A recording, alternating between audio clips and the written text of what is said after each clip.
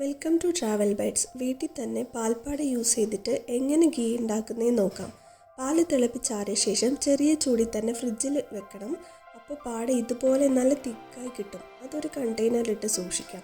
ഫ്രീസറിൽ തന്നെ സൂക്ഷിക്കണേ. ഇതൊരു 2 വീക്സ് ആയിട്ട് എടുത്തു വെച്ച പാടയാണ്. ഇതിലാണ് നമ്മൾ ഗീ ഉണ്ടാക്കുന്നതിന് തലേ ദിവസം നമ്മളൊരു 2-3 സ്പൂൺ തൈര് ചേർത്ത് മിക്സ് ചെയ്ത് ഫ്രിഡ്ജിലോ പുറത്തോ വെക്കാം. ഇനി ഇത് ഉണ്ടാക്കുന്ന സമയത്ത് ഈ പാൽപ്പാട മിക്സ് നമ്മൾ ജാറിലേക്ക് ചേർത്ത് അതിലേക്ക് നല്ല തണുത്ത വെള്ളം വേണം യൂസ് ചെയ്യാൻ.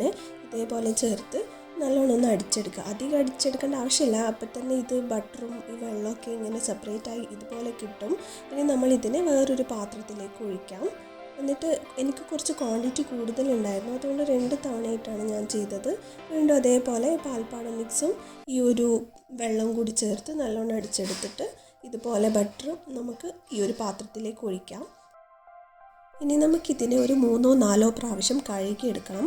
ഇതിൻ്റെ ആ ഒരു പാലിൻ്റെ ഒക്കെ ഒരു കണ്ടൻറ്റ് മാറി വെള്ളം നല്ല തെളിഞ്ഞ് വരുന്ന അത്രയും നമുക്ക് കഴുകി ഇതിനെ വൃത്തിയാക്കണം.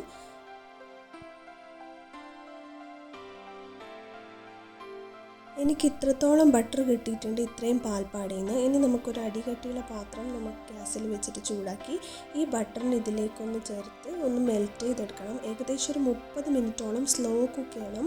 ആ ഒരു ബട്ടർ ഇതിൽ പതുക്കെ അലിഞ്ഞലിഞ്ഞ് വരും. എന്നിട്ട് ഇതുപോലെ തിളക്കാൻ തുടങ്ങും. പക്ഷേ ഇനി ആയിട്ടില്ല. ഇതിൻ്റെ കളറൊന്ന് മാറി ഗോൾഡൻ ബ്രൗണിലേക്ക് വരണം. അപ്പോൾ നല്ലൊരു സ്മെല്ലായിരിക്കും വീട് മൊത്തം. എന്നിട്ട് ഈ ഒരു പരുവം ആകുമ്പോഴത്തേക്ക് നമുക്ക് ഗ്യാസ് ഓഫ് ചെയ്യാം. എന്നിട്ട് നമുക്ക് ഇതിനെ ഒന്ന് ചൂടാറാൻ വെക്കാം. ചൂടാറിക്കഴിയുമ്പോൾ ഇതുപോലെ ഉണ്ടാവും. ഇനി നമുക്കിതിനൊരു ഡ്രൈ ആയിട്ടുള്ള കണ്ടെയ്നറിലേക്ക് മാറ്റാം. സാറ്റിസ്ഫൈങ്. എനിക്ക് ഏകദേശം ഇത്രയും ഗീ കിട്ടിയിട്ടുണ്ട്, ഇത്രയും പാൽപ്പാട വെച്ചിട്ട് ഉണ്ടാക്കിയപ്പോൾ. അപ്പോൾ അത്രയേ ഉള്ളൂ. Thank you for watching.